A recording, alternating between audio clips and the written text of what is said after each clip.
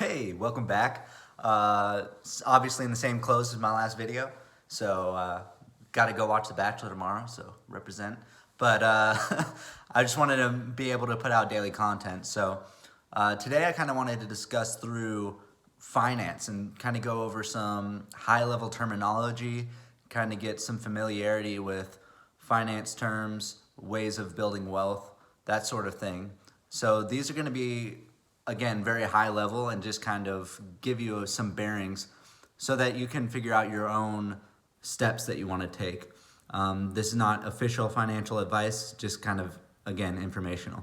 So no matter where you are in ages, if you're in your 20s, if you're in your 30s, 40s, 50s, it doesn't really matter. These are going to be things that you'll want to understand so that once you get a kind of a grasp, you're going to be able to start building your wealth. So a little bit about me. My family has always been really big into both business and finance. My dad was a finance major, my mom was a math major, and ever since we were little kids, me and my brothers were always raised and we had these financial concepts kind of ingrained in us.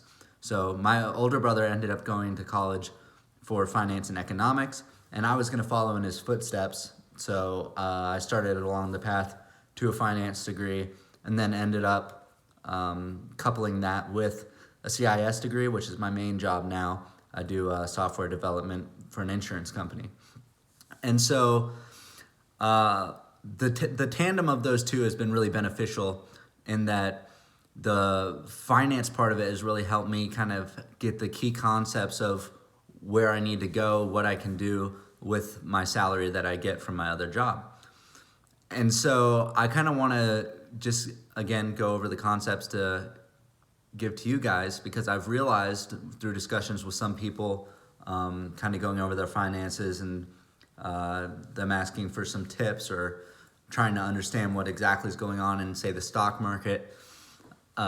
There's a big dearth in knowledge, and that comes from both a lot of times family life doesn't teach it, and then the schools definitely don't teach it. You might have some gen eds of business classes in college, but it doesn't really give you a good grasp of how to practically manage your money. And so first thing, and this is a very key concept and really the biggest factor whenever looking at any sort of long-term investment or long-term wealth building strategy, is something called compound interest. A lot of people are aware and have heard of interest. It's interest rate on credit cards, or the same idea. It's essentially you have to either pay more money or you get more money for investing or putting money, giving money to someone else. But there's also kind of this underflowing interest rate that's compounding and really affecting people, and they're not often thinking about it too much. It's kind of discussed in the news media, but a lot of times isn't practically given, so it doesn't seem like it affects a crazy amount the common person, and that is inflation. So right now the inflation rate's in the high 2%, which is a pretty low historically level of inflation. But what this does is over time it deteriorates the worth of your dollar, right? So if I am really good at saving and I save up and I put it in a bank account with no interest rate, so they're not giving me any money, $1, for example, in 20 years will only be worth 55 cents essentially. And so this can really work against you or it can work for you.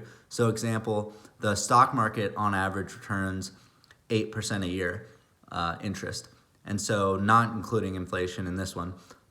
If you invest $1, then in 20 years that will be worth $4.6, 4.67 to be exact. So that can really work for you or it can work against you. And the longer you leave it in, the more it builds. It grows exponentially. You've probably heard that before. It means it grows quicker the longer you leave it in. So essentially, if I get another 8% on that 4.6, it's going to be worth a lot more than 8% on my $1. So that's the idea behind a compound interest rate, and you can search on Google compound interest rate calculator and play with some numbers, and that'll kind of get you a good grasp on how that kind of works. And the reason this is essential is because there's a thing in finance called time value of money, and it's this idea that money right now is never worth the same as it is in the future. And so it deteriorates with interest rates, especially, again, like credit cards. You get 18% compounding interest against you, or it can work for you if you invest in other people. And so getting a good grasp of that is essential. You need to start building up and investing and using your money wisely so it's not dwindling away as you age. So the next thing I kind of want to discuss is the idea of stocks. A lot of people hear about the stock market, may even have some Robinhood account, maybe using Acorns, or may not have anything. They might have a 401k. There's a lot of varieties, but a lot of people don't know what a stock actually is, and so they'll have an Apple stock. They'll know I heard of Amazon stock, these sorts of things, but they don't know practically what that means. And so essentially, you'll hear stock and market cap and like business valuation, that sort of thing. These are all terms for like owning a part of a business, right? So a stock is essentially you're buying a part of a business. So you want to be in stocks or things that you really believe in, and not just holding willy-nilly different things, because you're actually owning a part of a company. So the reason that stocks grow over time is essentially you're owning a part of a company, and if you're invested in good stocks, usually called blue chip, those will grow over time because the companies will get bigger and bigger. Think Apple, think Amazon, Tesla recently, but that's a little more risky. So stocks are essentially just parts of companies.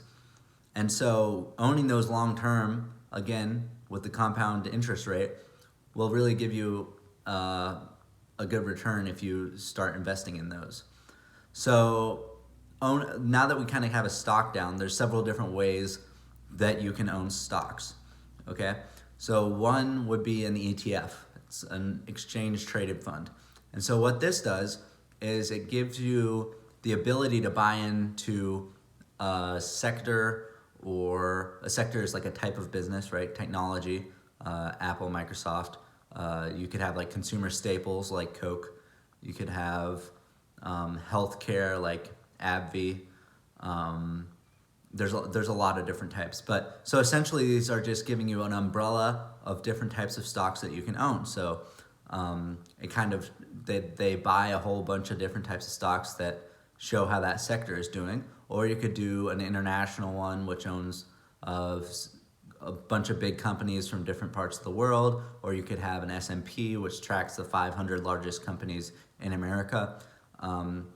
So that's essentially what an ETF is. That's a big thing right now because you can trade it during the day. Mutual funds are essentially another thing that I'll address in a separate video. But so these are all things that you want to start getting your feet underneath you from a knowledge standpoint, so that you're able to go out there and start buying and understanding these concepts. So once you have these concepts, I would recommend, depending on how old you are, start investing in stocks. So the older you are, the more sure your return should be. So you might want to look into what are called bonds, and bonds is essentially you're giving a loan to a company and they're going to give you a fixed interest rate. And if you buy solid bonds, then you're pretty sure that you're going to get that interest rate. If you buy riskier, you might get higher percent yield, but which means interest rate, but you might not get your money. That's not always going to happen, but it can happen. So often the recommendation is for older people, you'd have a higher percentage of bonds, usually up to 35-40%, and then like 60% in retirement. But for the younger you are, say you're in your 20s or early 30s, you want to really start leveraging stocks and start buying those, because in the long run, again, they have an 8% rate of return, and during some periods they'll have 10 and even 12, and even the times when we've had like depressions or any sort of dip in the market, long term, 30-40 years in the future, even since the stock market opened in 1800s, we've always had a positive return over an extended period of time. So these are some just, again, general concepts and just a recommendation that you can start looking into these. And now that you kind of understand them, it might not be so scary, and open some accounts through a Robinhood or M1 Finance. That's my favorite one. Or you could even do it through Acorns. Any way to get into the stock market would be great.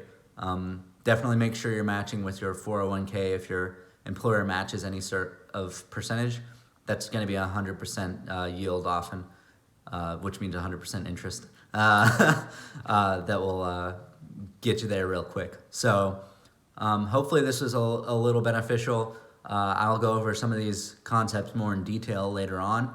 I just kind of wanted to give the lay of the land so that people understand and aren't maybe so afraid of these concepts, and kind of have a better grasp on what's going on. So thank you all for coming. Please like and subscribe if you found this helpful, or if you like the content. And I'll be talking to you soon. And those are just my thoughts.